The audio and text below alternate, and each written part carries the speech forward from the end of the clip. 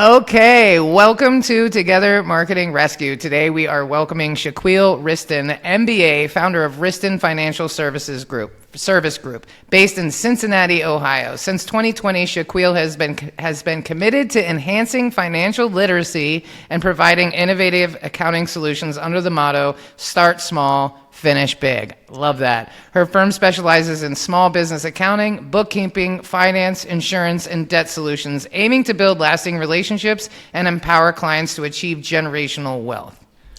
Shaquille is currently facing marketing challenges that are impacting her growth and revenue of her business.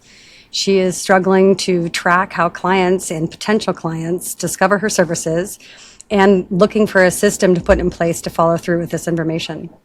Also, she's converting leads into consultations, and turning those consultations into actual appointments has been proving difficult. The issue appears to stem from wording in her messaging, her marketing materials, despite persistent efforts in the introduction of a newsletter earlier this year and a lot of your other marketing efforts. By joining Together Marketing Rescue, Shaquille seeks meaningful solutions to enhance her marketing strategies and achieve better conversion rates.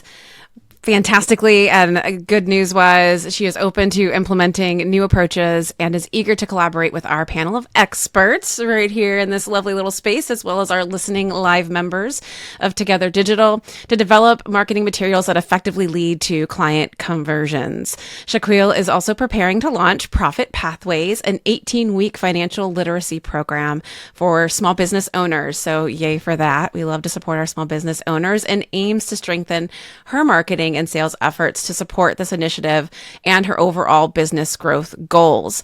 I would also love to mention that Shaquille is another participant of the Goldman Sachs 10,000 Small Businesses program. I say our because I'm an alum and very much feel a part of that community as well. And it's been a big inspiration as to what has led to this effort, which is to really marry up small businesses and empower them with marketing providers who are also small businesses and Together Digital members. So members, we're so glad that you're here listening with us. Please be sure to drop questions if you have them into the chat.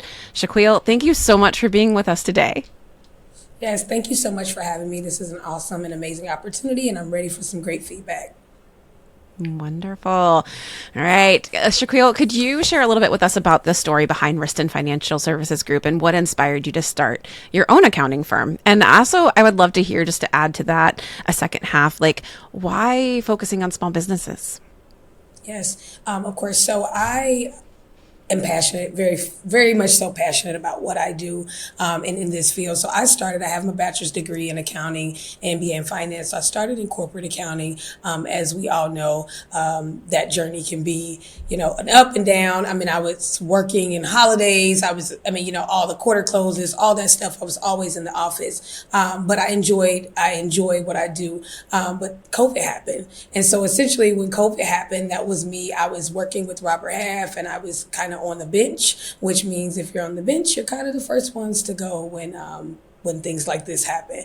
And so that was my opportunity to really just take my leap of faith. And a funny story I'll say is I always share when I started, I was like, we're going to just focus on, the Cincinnati, maybe Northern Kentucky region. We're just going to focus on Cincinnati and surrounding areas. Well, when I got my first two clients, one was in California and one was in Colorado. So neither one were even in Ohio. And so that for me was an eye-opener that, okay, you don't have to focus just on this area. You can go global, and you can touch clients business owners all over. And so once I really got those first two clients, that was enough for me to see that you can do this thing. It's not, far-fetched. It's not unrealistic. And so I worked with those clients. I partnered with an organization in Cincinnati, Women Business Center, which is a sub of ECDI. And again, that was during COVID. So there was a lot of business owners that needed accounting, bookkeeping.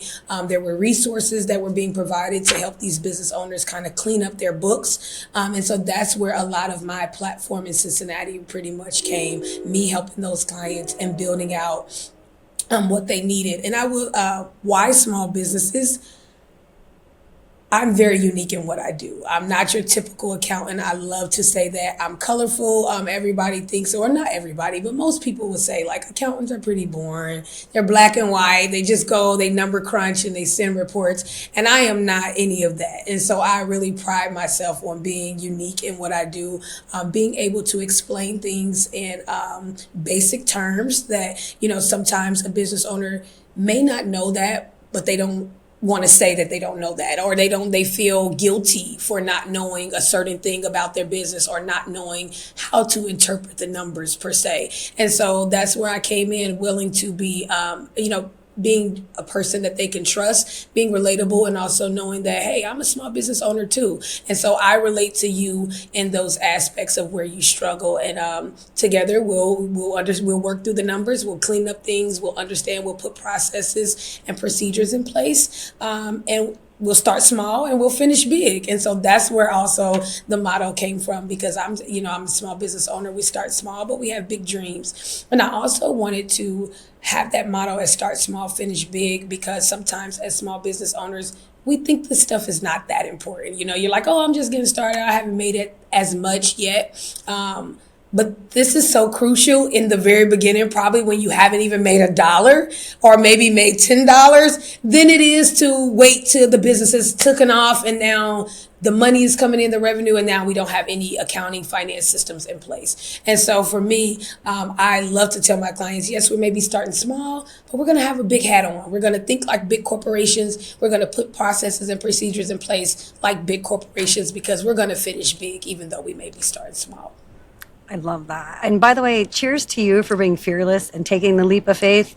I love that story. It's funny. When I started Envision Promotions, I actually started with a client, and my very first hire was a bookkeeper, because I'm like, nope, I should not be responsible for any of it. And it really did help educate me about my business. So I think that's super important to know when you're starting a company, how important bookkeeping and accounting is, because it's overwhelming for a lot of us small business owners.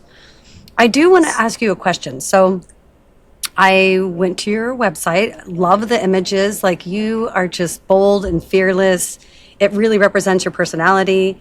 But when I clicked on book an appointment, there was a fee attached to book that time for a bookkeeper. And I'm interested. Like I want to book time but I don't want to pay for that time. And so I was curious, is there a reason why there's a fee attached to it? Is it because of the amount of time? I'm wondering if there's a way we can tweak that so that you can get some more people just booking your calendar so you can actually sell your services. Yeah, so that may be a glitch that something that needs to be corrected, because we do offer free 30-minute consultations. And so that link that says book a consultation just may be linking to my Calendly, maybe like a financial or an accounting 1-hour consultation. And so we do offer free first 30 minutes. And so that's really where that link should be deriving to. So thanks for that. Yeah, no problem. Right there. Now I'll click and sign up. Perfect. Thanks for answering that question. You're welcome. Yeah, so I'm super curious, starting your business in 2020, is a bold move, and so I'm curious, and cheers to you for recognizing the opportunities there and embracing those. I'm curious, because I know, when I started my business, I thought we were going to be live streaming, and I think I've done 9 of those in 6 years, So how has your business changed from 2020 to now? Or has it, the mission, the goal, your ideal client, who is it really turning out to be? Yep. So I'll say it. 2020 and 2021, I took anyone. You need a bookkeeper, you need any, what is your budget? I'll take whatever you can pay me at this point. But that has definitely evolved as I have grown in my business, grown in my profession. I understand my value. And I understand that not all business owners they see the value right away of what an accountant, what a bookkeeper is here for, and how that can grow and advance their business. So for me now, yes, my ideal client has changed. I now want to work with business owners who see the value and the importance of having an accountant and having bookkeeping and having these processes and procedures in place. And so again, and then obviously the prices have gone up. We don't charge what we were charging in 2020 and 2021. Those aren't the fees anymore. But And it was a little scary because I was like, oh, what are people going to say? Or, are they going to pay this? That fear of, or even am I worth it? That comes sometimes too into our brains of like, am I, worth this amount? But essentially, as I've grown in my business, I've seen, yes, I'm definitely worth it. And two, people will pay for value. The right clients will seek you. And I noticed that in my conversations that were changing with potential clients, they were the clients that I were like, oh, these are my ideal clients. I started seeing that in our conversations where it wasn't about money. It was more about here's what I need. Can you provide what I need? And if I feel like, and I trust that your brand is good, and I trust that your education and qualifications experience is going to meet the standard, I'm willing to pay the price. And so when I start seeing conversations shifting from leading with how much do you charge? What is it going to cost me? And then more into value-based conversations and what is the service going to bring? That made me shift my thinking of who my ideal client is. So yes, things have definitely changed since 2020, but definitely changed for the better. And it had to take me to get some used to, but now I'm confident in saying, telling a potential client, hey, I don't think you're ready for me right now. Here's some tools that you can use, and I'll provide you these resources to, put the things in place and start on your own. And then I want you to circle back with me, or I'll circle back with you in, maybe 6 months or maybe a year from now. We'll see where the business is. I was not always confident with turning away potential clients, but now I am. I'm there, and I feel good about it. Good Love for that. you. That's a hard place to get to. And I will say, yes, you're absolutely worth it. And the people that know your value and your worth will pay what you are worth when you ask for it. But I also think, one of the things you pointed out or called out in your application form to be a guest was that messaging was a bit of a struggle for you. And having the right message that would convert them. So I'm curious, a little bit about what your messaging strategies have been. But before you answer, I am curious too, because again, like my background is copywriting and messaging and content. So, I'm thinking a lot. There has to probably be a lot of education that you're having to do on your part, because when I talk to small business owners, one of the main reasons we don't go for bookkeepers, like you said, isn't necessarily the cost. I'm wondering if there's other things that are holding them back. I think sometimes, again, having gone through the small businesses program, sometimes it's just letting somebody else see your numbers. There's some sense of like shame, vulnerability to it. So, I just wanted to throw that out there just as food for thought as we continue to have this conversation. But I was curious to hear, like, what are some of the messaging and communications that you've tried? What are some of the things that you're putting into the newsletters, just so we can get a sense of sort of where you are and what you're addressing currently with your audience? Yeah, so I'm usually trying to not give away too much. I'm, again, very passionate about what I do. I have a lot of knowledge up here. And so it is hard sometimes to say, okay, where do I want to narrow? Or maybe give them 3 sharp bullet points. And so in the newsletters, I do have a kind of an outline that, so let's just say January. It's a new year. Maybe we focus on goals for the year. And so I have kept them short and in small bullets. And then maybe February, we move into giving some tax tips. Maybe I give 3 tax strategies or how to budget your money for or budget your books for the year, or things you should be tracking. And then I'll even say, like, as of March, again, it's tax season, so I'm focusing in this first quarter on kind of a lot heavy tax based, giving some small tax advice, tax tips to drive them to want to say, okay, she knows something, or she has some knowledge that I need. But I do recognize that no one wants to really talk about their money. Money is a funny topic, and it's personal, it's my money. Even with the Goldman Sachs cohort, they ask for your financials, right? They do. They ask for all of that. And so in the beginning, for some, it could be very like, I don't want to share, or so I do know that building that trust, I feel is a barrier, because if I don't really trust you, I'm probably not gonna book an appointment. You probably can say the best things in the world, but if I don't get that feeling that, this is someone I can trust and confide in with my financials and where I am lacking and be vulnerable, then I'm probably not going to book. And so I think that's probably, I don't know if that part is conveying that trust factor, the confidence, or is that really conveying in my messages, or am I just talking at people and just giving them the tips and the small advice that I have through the newsletters? So that's definitely a struggle point. Yeah. One thing I would say is, like, right away when you said that you were a corporate accountant and your degrees and all those things, to me that immediately gives me confidence in that you know what you're doing. I'm like, done, sold. That was one sentence. Like, you know your stuff. I don't need to know anything else, right? And then talking to you, it just backs that up, So, it's interesting because I do this talk, and one of the first things I talk about is like, know your numbers. And it's very overwhelming for a lot of people. They don't know their numbers. And so I always say, well, you can't know how to price your products. If you're buying watermelons and selling them, if you don't know you're paying $10 a watermelon, then you don't realize you can't charge $8 for it, right? And so it can be really intimidating to people, but then once you know them, it's so empowering, and it helps you know how to price your stuff. And so maybe leaning some of that language on, like, what is the transformation that you're providing? Like, imagine not having anxiety when you look at your QuickBooks. Imagine having QuickBooks. You know what I'm saying? I mean, like, right? You know what I mean? Like, maybe some of those transformative things, and like address some of that anxiety in advance. And then I would put more information about what a badass you are on your website, and I would talk about more of your background and who are you and where did you come from and why you left that, and like your credentials, because like that's all I need to know. I'm not an accountant. I don't know the nitty gritty, but like what you said in the beginning of the podcast, I'm like, oh.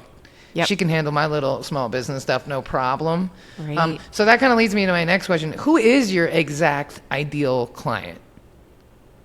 So a great question. So first, we probably have about two audiences, I'll say. So the first audience is obviously small business owners, entrepreneurs. You can be in the beginning of startup phase, 0 years of business and all the way to 10. However, we do support sustainable businesses, business that are established, business that have been in business already. Maybe they had a bad accountant. Maybe they're trying to transition to a new accountant. They want a new feel, a new vibe. So we specialize in definitely small business owners only because we want them to start right.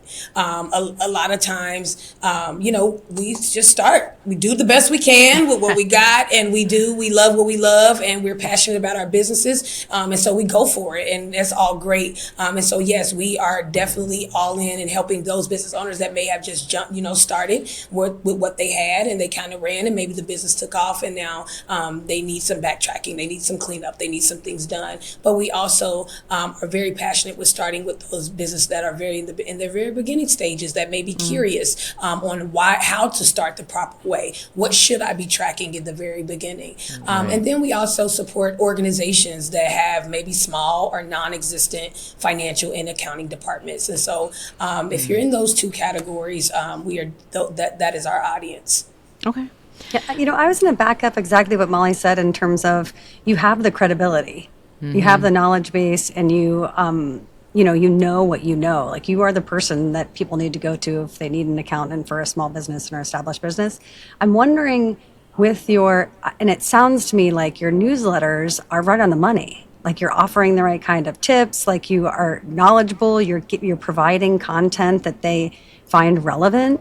I'm wondering if it's finding the right target. Are you getting it in front of the right people? How are you marketing it to those people? I'm not really sure so much if it's content or if it's actual target demographic, making sure that the right people are reading it. So walk me through how you're getting your newsletter in the hands of, is it existing clients, or are you marketing it on LinkedIn? Walk me through how you're marketing that newsletter.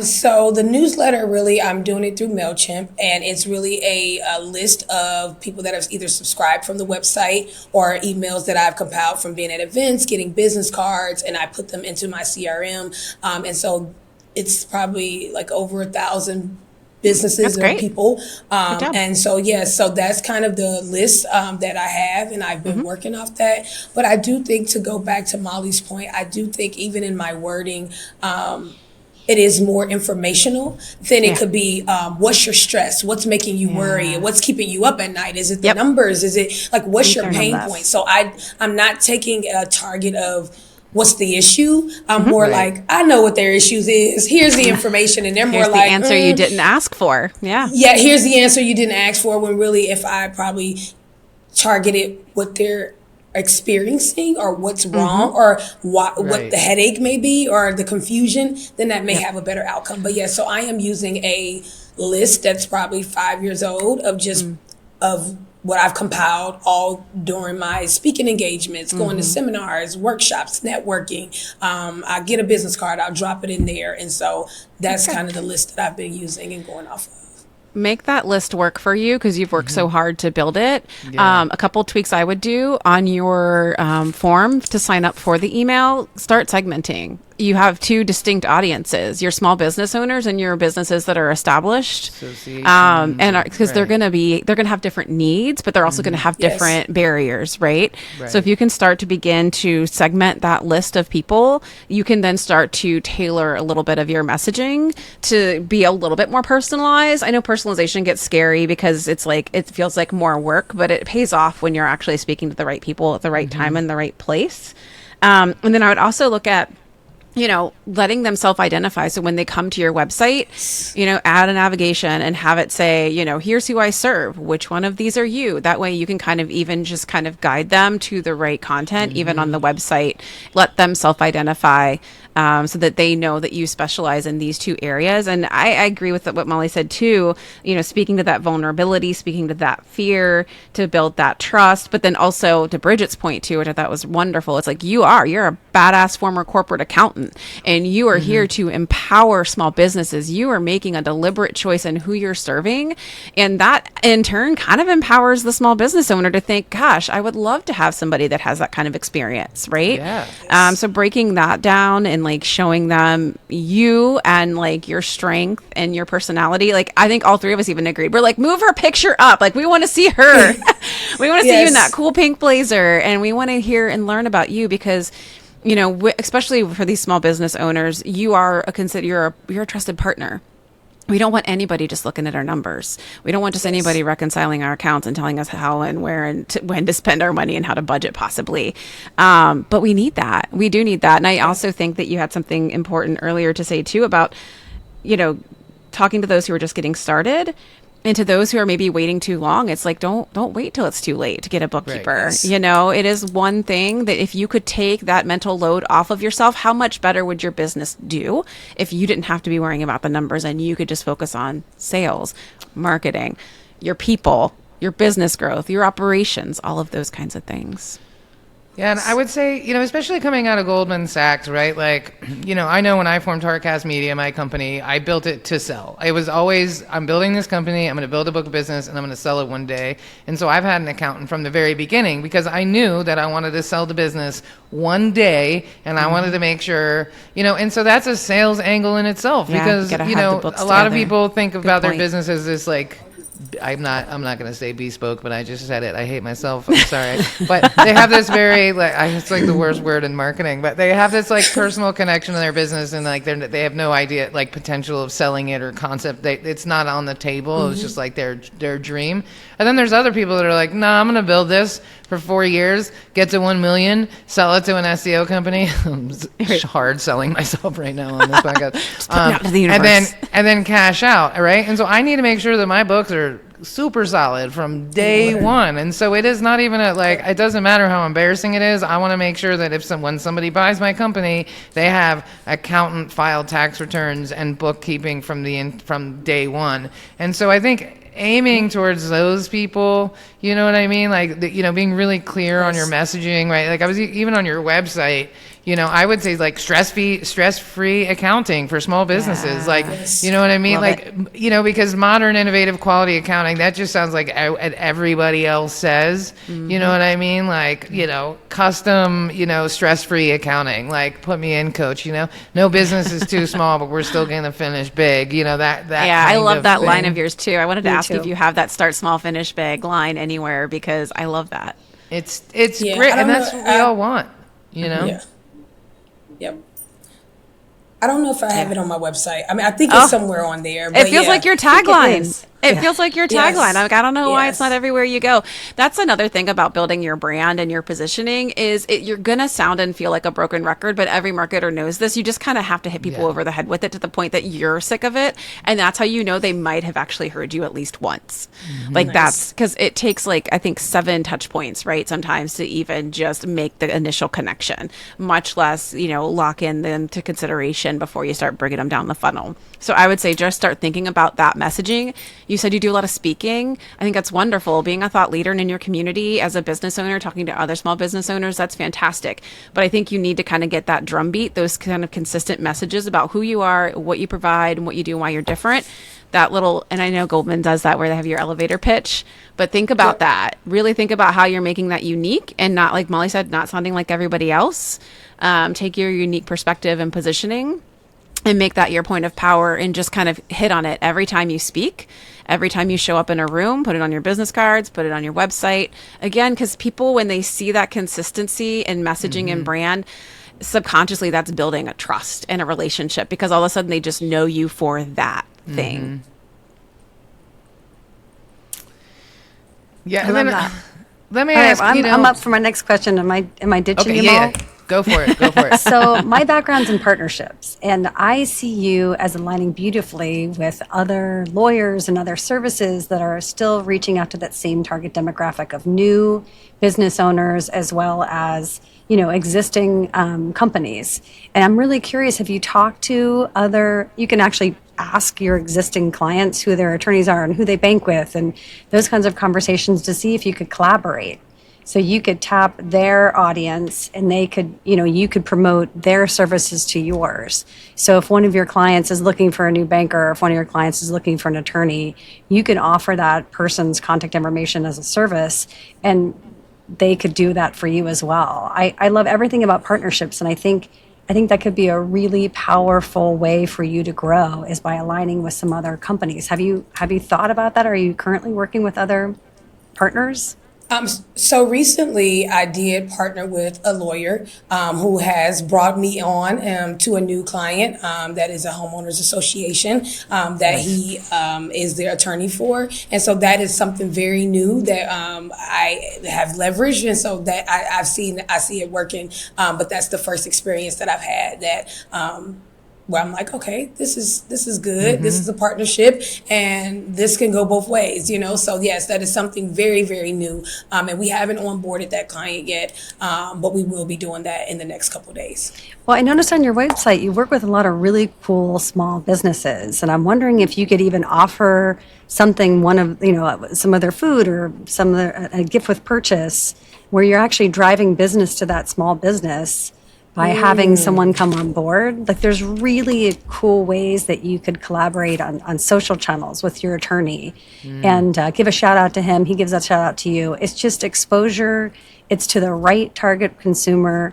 I think there's so many things you can do. I mean, there are debt service companies and all kinds of organizations that you can talk to where you can promote your services and they can promote yours and you're just getting business. Yes.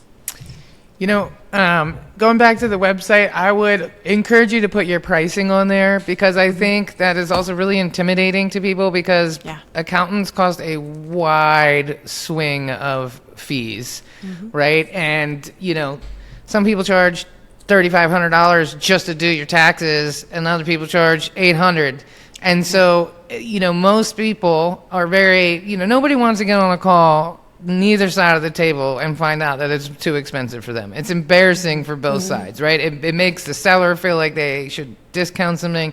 It makes the buyer feel less than. It's just awkward, right? It's just better to know now, right? It's like dating. Like, let me know if you're shorter than me before we get this party started. You know what I'm saying? I want to know what's up. Yeah. And so I think, having some and you can always offer more, offer a different price. But if you had like a monthly bookkeeping, a tax prep, suite and, consulting or whatever, or tax audit, just like 3 things. And then you're like, oh, okay, well, it's, $1,500 to get my taxes done. Okay, that's in line, or whatever the numbers are. But I think, or you could put a from 2,500 and up, or whatever the number is. But just then you avoid a lot of conversations, because I noticed in your onboarding it said like the meetings don't always turn into clients, and that might be part of the problem. It might be too much, or it might be too little, right? Like I don't, depending on what your pricing are, depending on the client, if it's too low, that's a red flag for them. If they're like, wait, I even had a guy, he's turned into a buddy of mine, but I pitched him on a website, and he's like, Molly, how come yours is so much cheaper? Everybody's charging you 10 grand. I'm like, Tom, because they're ripping you off. You're a consulting firm. There's no e-commerce. You know what I mean? There's just no reason on the planet for somebody to charge you 10K. Well, guess what? He hired the other guys, right? So it's like a good reminder. I'm like, damn it, I should have charged him 10K. And done an hour and a half worth of work, whatever, you know what I mean? So, and your site would have been better, I'm just saying. Right, 100%. And so, that pricing goes both ways, right? Yes. It's just like when you're standing in the wine aisle and you're like, there's a $3 bottle, a $20 bottle, and the $80. Well, we all want the $80 bottle. We're looking at the $3 one like it's a little suspect. But, depending on the time of the month, you might be getting the $3 bottle one. Yeah. But you're probably going to land on the 20 because you don't really want the cheaper one. You're not trying to spend that much money. And I think pricing on websites is very similar. Just qualify. And that way, when people get on the call with you, they're already like, yeah, that sounds good to me. That monthly fee, that tax prep. Okay, this is in my range. So now I just want to know if it's a good fit or not. And the pricing is off the table. And it'll avoid awkward conversations, and it'll pre-qualify people before you get on those calls because they know what they're aiming at, right? And if you're too expensive, they just won't get on a call with you. Yep. Saves you the time anyways, because obviously if that was the case, that was too expensive, they weren't going to do it anyways. I agree. I think a good place to start is your website with just a few messaging tweaks. I did just pull it back up myself, and I did notice you do have your motto. It's a little buried, but it is on there, which is great. And I agree with what Molly said about the language up top. I do think just a little bit of reshuffling, like the content's there. It's just tweaking and making it more consistent with some of the things we talked about, and kind of clarifying your position and who you serve would go a very long way. And then I would actually look at from there. I would ask about like your search, what kinds of keywords are you capitalizing on? Now that we know you have a target audience in mind, now we know what services you're providing very clearly and to whom, and specifically Cincinnati audience, like you could do that, right? Like I'm sitting down on my computer and I'm stressed out business owner. I want to find an accountant for small businesses. That should be one of your sets of keywords. So I would take a look at your SEO too, and kind of consider again, it's so hard in marketing. Everybody, this is just me because I'm like so digitally native and like been around since before digital was the thing, that it's like, I don't care if it's been 20 years. Your website is still the foundation of your digital presence. You can have social media, you can have paid ads running, everything, but SEO is what helps you get found. So, if people put up a website, they're like, I have a website. Nobody will find you. You are a grain of sand in the desert unless you start creating search, terms and keywords, and making sure that your site is set up for people to find you first. But then when they find you, they have to have a really good experience. To me, it's the same as imagine that your website is a storefront. People are walking in and they want to walk in and they want to see clearly determined aisles of like, I am looking for this. How am I going to find it? So really making sure that the website is clear, it's concise, it gives them the answers they need. And then I would actually amplify the fact that you provide that free consultation. And I absolutely agree with Molly on the pricing. It's going to save you a lot of pain and time for people to qualify or disqualify themselves. And you can always put starting at if you want as like a way to kind of preface so people know that maybe you have some flex and can work with them if you don't want to be super rigid about your pricing. But definitely start with like looking at your site, how the content's organized. It's probably not like a whole redesign or anything. It's just a shuffling and cleaning up of the content so that you can get that foundation. Then you can start your SEO. And then as you work on your newsletter, if you start creating, I was going to also recommend like a LinkedIn newsletter. Those are kind of all the rage right now. And LinkedIn favors them. So just take whatever you're putting into some of your newsletter content and repurpose it a little bit for your LinkedIn newsletter. But then keep calling them to join your actual newsletter, because that's how you actually own the info versus just letting LinkedIn connect you to them. So yeah, that's just some thoughts that I had kind of like overall what we were kind of looking at and sort of thinking through, what next steps could possibly look like for you once you kind of get clear. I think a good messaging strategy session would be really good for you to get clear on like your positioning and your voice. I would love to hear and see some of your personality in that too, because like I said, it is a very personal relationship. Even though you're talking about money, it's deeply vulnerable. So like, how do we bring you into some of that language as well? Yes. And I totally agree with the both of you because Molly, to your point, that's exactly what's happening. I'm sending out proposals. We're having those free consultations. Those are 30 minutes. I'm, meeting. I'll send out a proposal right after the meeting is over, and sometimes I don't hear back, or I'll follow back up after I haven't heard, and maybe I don't know and even if it's a matter of, hey, I want to, but just not right now. They're not saying even not right now. They may wait and follow back up later, but they're not having even that communication to say, I loved our meeting. I enjoyed the information. I do need your service, just not right now. Or, when whatever the case may be. So I definitely agree with that. And even like, and so this is the second time I've changed my website. The first time, it was through a program, and they helped me, and it had a lot of what you all are saying. It had the pricing tiers. I have a commercial that we created. If you look on our Instagram, it's like our very first post. And so me just watching the commercial the other day, I'm like, you need to do more with this. This is a nice commercial. And so I definitely, I want to put that, I don't know how, figuring out how to, get that back, or just, share it more, because it definitely speaks to who we are, what we do in a cute animated format. But it's a commercial that we have. And so, yes, I definitely agree with all the points that you all are making. They are definitely spot on. I love it. What about referrals? Because I know, that's a big thing, right? When people are looking for an account and they're like, oh, I got one, they're great. Do you have a referral program or incentive program at all? I don't. And as much as because we don't do a whole lot of marketing and advertisement, even to your point, Amy, when you're like the SEO, what searches, I'm not doing any, and that's me being 100. I'm not looking actively searching and trying to find clients and putting those keywords in. I'm not doing any of that. And so a lot of the business that I do have is come from word of mouth. It come from referrals that people have worked with me and they're sharing, that we do good work. So that is something that I should definitely have in a referral program, because a huge chunk of the business has came from referrals. Yeah. And it just gives you an opportunity to stay top of mind, you know what I mean? And you could reach out and say, hey, I have a referral program. By the way, here's my Google review link if you wouldn't mind throwing me a quick review. I need to drive those more. Google reviews are huge. People love those. Search. Yeah, and do it when they're real happy. If they give you that review, make sure you thank them on LinkedIn. Like, use that as like a post to outreach to talk about the clients that you're already servicing. Yes. And ways to engage more people and through the site. I could not agree more with Amy. As a matter of fact, yesterday Molly was lecturing me on SEO because I'm not doing it effectively, and it's like you're doing a million other things, right? Yeah. You're not thinking about all the different pieces, but it is really important, and I think and that was a good tip. How are you supposed to know? I mean, it's like, I know, but listen, you're like I the don't know long what... words, and make sure you put the. I'm like, okay, show me how to do it. But once it's done, it's done, and people come to you. You're not going looking for them. That's the beauty of a search. Yeah. Well, it's like I don't know. And I would definitely say. Oh, go ahead, Shaquille.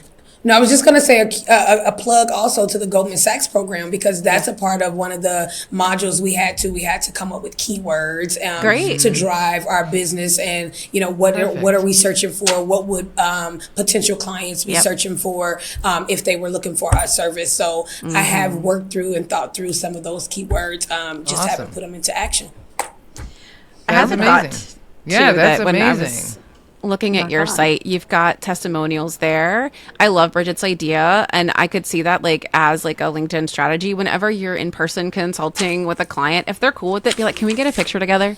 Can I post it on social and talk about how amazing your business is? And you hype them and their business, and just hang on the fact that you are providing their accounting services. So by proxy, without saying, you are a part of that success formula.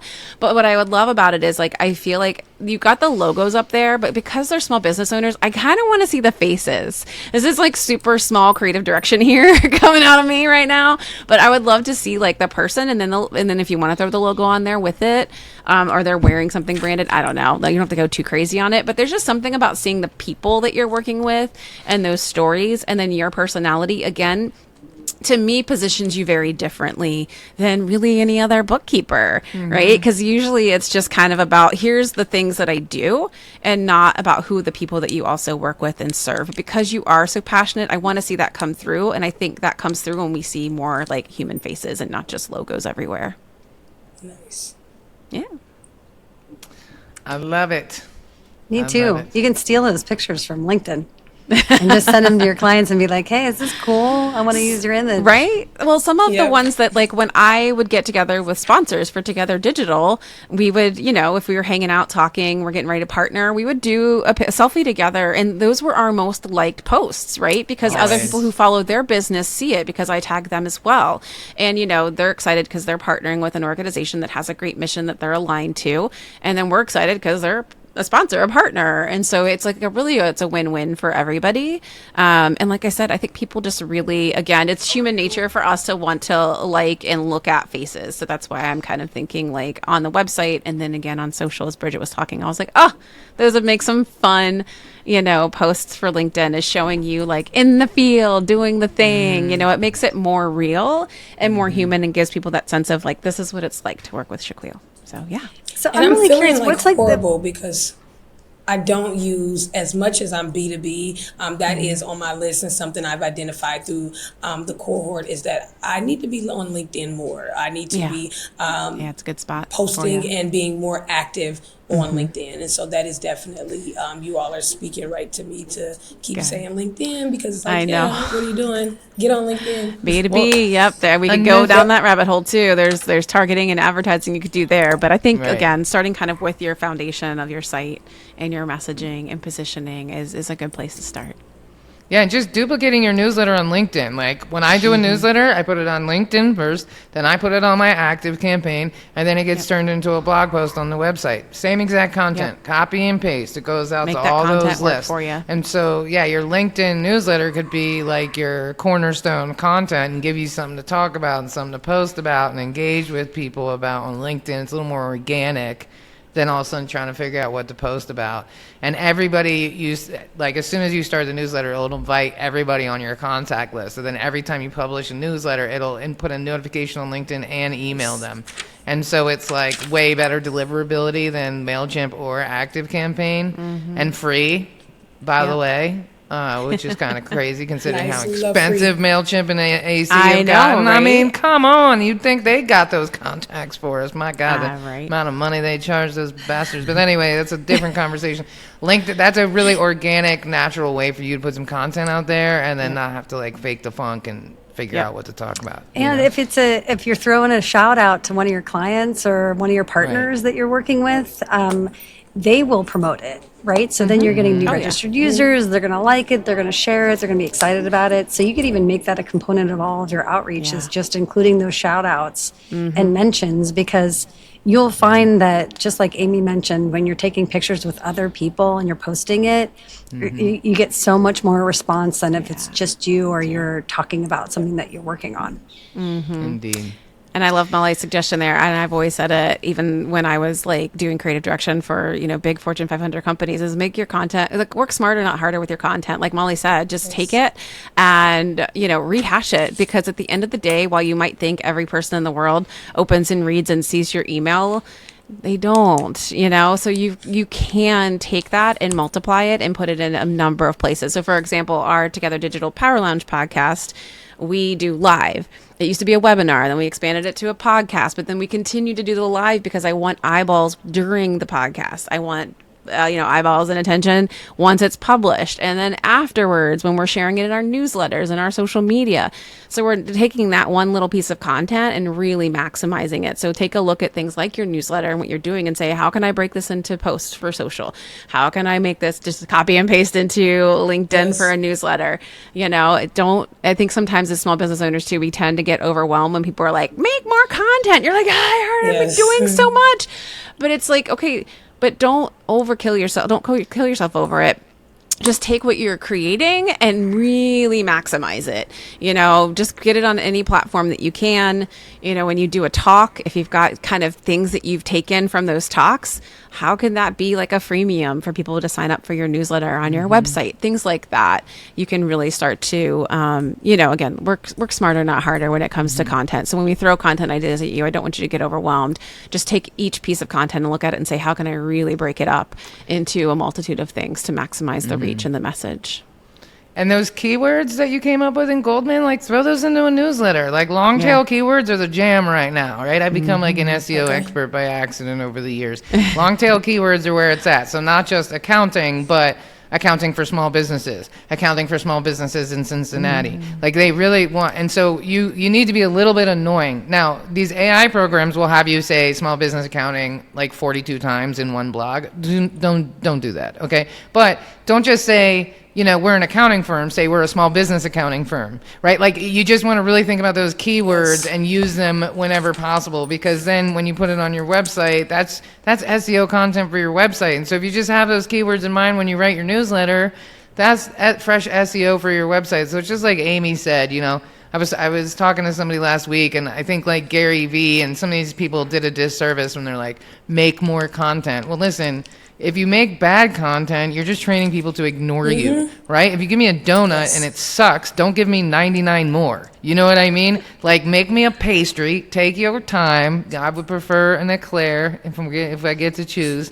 I don't want 99 bad donuts. You know what I mean? Just if you need more time, that's fine. But give me something I actually want, not a whole lot of what I don't want. And I think people have been misguided, where it's like, make content, post 17 times a day. You will literally train people to hate you and ignore your content. Do not do that. And so, just leveraging, and people talk about repurposing, and I kind of hate that word. You're not repurposing, you're leveraging. So you're taking that half hour you spent, and you're leveraging that time on multiple platforms to get multiple results. You're not repurposing. That sounds like recycling. You're not. You're leveraging. You're being strategic, and you're getting the most bang for your buck, so it doesn't have to be overwhelming, And I think that should be the goal for all of us, because none of us need another thing on our to-do list to feel bad about that we didn't do. Like the thing that's been at the top of my list for 2.5 weeks now. Taking our own advice, right, Mom? Tearing me down right now. I'm like, I hate that one. I'm going to do it today. That's awesome. No, I was just going to add on to that. Feedback. I mean, the truth is you're really, really good at what you do.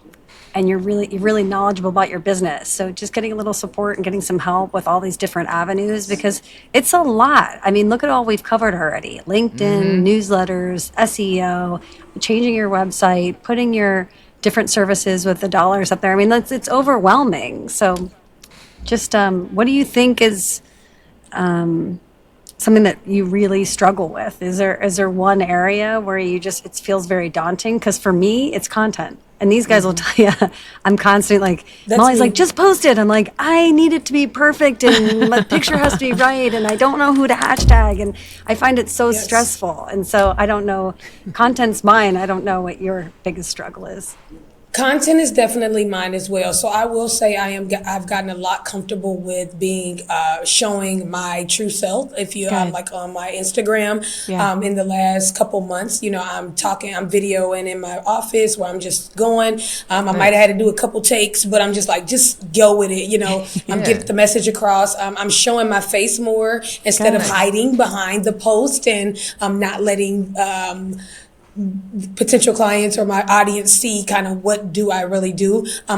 There was a point where I was like, I'm not putting that camera in front of me and talking and letting people talk to me or tell people what to do, but I've noticed that authenticity wins. And so when you are authentic, if you resonate with them and they enjoy you, they'll be willing to work with you. And so actually one of the clients that I just onboarded, they're a marketing digital firm, and he definitely said that I went to your Instagram. He said I had a couple accounting firms that I was looking at. I went to your Instagram. I saw your videos and I liked your vibe and your style. And I was like, I think I want to work with her. And so he came on board. And so he's a new client of mine. But that was the first client that I heard that said, so that was resignation to me that, okay, people like the authentic you. They enjoy hearing you, maybe laugh a little, throw a little joke in there, be your true self. Although we're talking about money, we're talking about finances, that is not always funny and fun, but you're making it enjoyable, and they see that through, and they only can see that through your videos or what you post, where you're showing yourself. They're not going to get that through just a general Canva post or an ad that I created. They're not going to get that. And so that was a sign that you're moving in the right direction, because honestly, there was a point in my business that I would not. But I also think I do struggle with just content creation in general and getting out of my head, overthinking it. And again, not just getting it out, just go with it, get your point across and do it. So I struggle. Content, Bridget, is my, that's my thing too. Don't let perfection get in the way of progress, right? I think once you kind of go out there and you let yourself be a little vulnerable, and then you kind of realize, oh God, nobody even noticed. You kind of just start going without even thinking about it. And then look, exactly what you said happens. Because there's this phenomenon that's studied in a lot of advertising. It's parasocial relationships, which is essentially that we feel and we believe that the people that we know and see, and this is why influencers are so effective, is because we truly believe as just observers of in a one-way relationship that we are actually, there's a part of our psyche that believes we are friends with those people. It kind of started like, a lot of times people make the reference of Friends, but now it's like that show's like how many years old? People are like, I don't know what Friends is.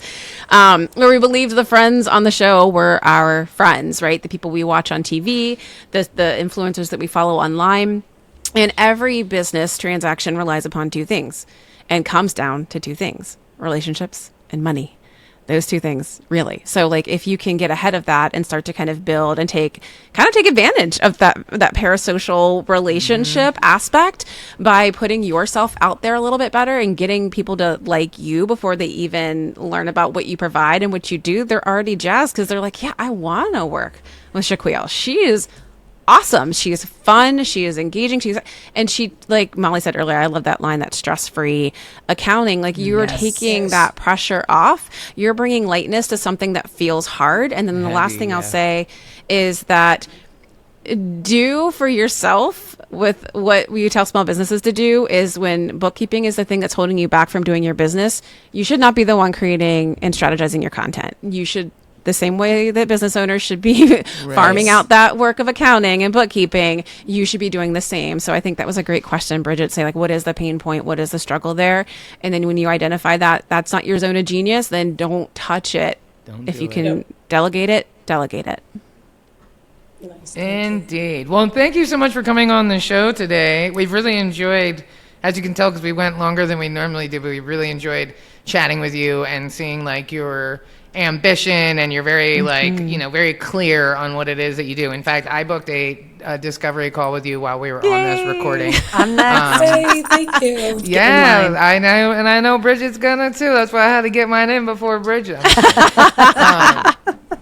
We're gonna be in a race to get in front of you, but thank you for taking time and being so vulnerable about your business. I think that a lot of people, especially in the Together digital community, are going to really resonate with a lot of things that you said. And together we could do anything, right? And that's really the point of Together Digital. So thank you for coming on the show today and sharing everything with us. Thank you all for having me. This was an amazing experience. I took a lot of notes and I got a lot of takeaways. So thank you all. This was awesome. Thank you so much. Thank you. I'm going to Thank go ahead you. and say it because Amy won't, but if you are not a member, and not you, Shaquille, but you should join too. But if you are listening to this podcast and you are not a member of Together Digital and you're wondering, what is this amazing thing that I keep hearing about? Well, you can find out for yourself by joining today and becoming a member of this phenomenal Together Digital women's business community. It's all about women marketers. It's all online. No matter where you are, you can do it. It lives mostly on Slack. It is the best thing that's happened to my business, my life, and everything that I can say in the last year. And so if you are looking for a little bit more community, a little more connection and camaraderie, and even like unlicensed group therapy sessions with your girls, then Together Digital is a fantastic place to go. And the membership fee is so low that I'm going to make sure it gets raised next year. I'm just kidding, but I'm not really. So check out Together Digital and join the community and tell a friend. And if you're a man listening to this, then I know you got a woman in your life who would appreciate a strong community of women in business. And so you can also buy their membership, or for your employees, if you have women in your office and you would like them to have more mentorship, which has been proven to show that women who are mentored make more money, and women in leadership positions inside of companies provide better results for those companies. So if you are smart enough to have a bunch of women on your team, then you should be smart enough to get them a Together Digital membership as well and watch everything grow. So on that note, I will pass it over to Amy and Bridget to say goodbye if there's anything else you guys want to add. No, I'm going to throw in there really quickly. I'm never as eloquent as Molly, but 100% if you're interested in finding your tribe. And one of the best resources for me is I'm constantly learning new tools. I'm constantly finding ways to be more efficient and work my business better. And I'm doing it with a group of people that I admire and trust. So yeah, jump in and join, man, right away. And why I thank don't you have so to much for say your it. time. I'm so glad we got a chance to meet. yes, this was so I awesome. love your website. I'm so excited to have our consultation, and Same. I can't wait to see how fast and far you grow. Yeah, excited. Again, that's that shared passion of helping and supporting small businesses. And thank you, Molly and Bridget. That's why I don't say anything, because our members say it for us. You guys live and breathe and are the epitome of just true collaboration and friendship, but also while helping everybody rise and move above, even through hard times. Like, it's just, it's so great. I get to sit back and just watch it, see it, and hear you all. So I don't have to say it. Plus, it sounds better coming from you all anyway. So. And Awesome. huge shout out to Goldman Sachs, and Amy will take it Yes. away on that one Yes. for sure. Absolutely. Yeah. If you're interested in signing up for Goldman Sachs, applications, I believe, are actually open again. Just go to just Google. They've got their search down. The 10,000 small businesses. There are programs across the country. Shaquille and I both went through Cincinnati. Bridget is looking into Columbus, and then Molly's actually looking at their national virtual program. So if you're a small business and you are looking to grow, this is the thing for you. It's a 14-week program. While it's time intensive, it is worth every second. Shaquille and I were just talking about, not only is there an amazing opportunity to get deep on your business and work on your business versus in your business, you also meet amazing business owners, and it just blooms into friendships and collaborations and things such as this. So thank you so much to the 10,000 small businesses in Cincinnati State for being a supporter of us. We appreciate you greatly. Yes. And on that note, we will say goodbye. Have a fantastic day, everyone. We will see you next week on Together Marketing Rescue. And Shaquille, we can't wait to hang out and spend more time with you. So thank you. Yes, absolutely. Thank you.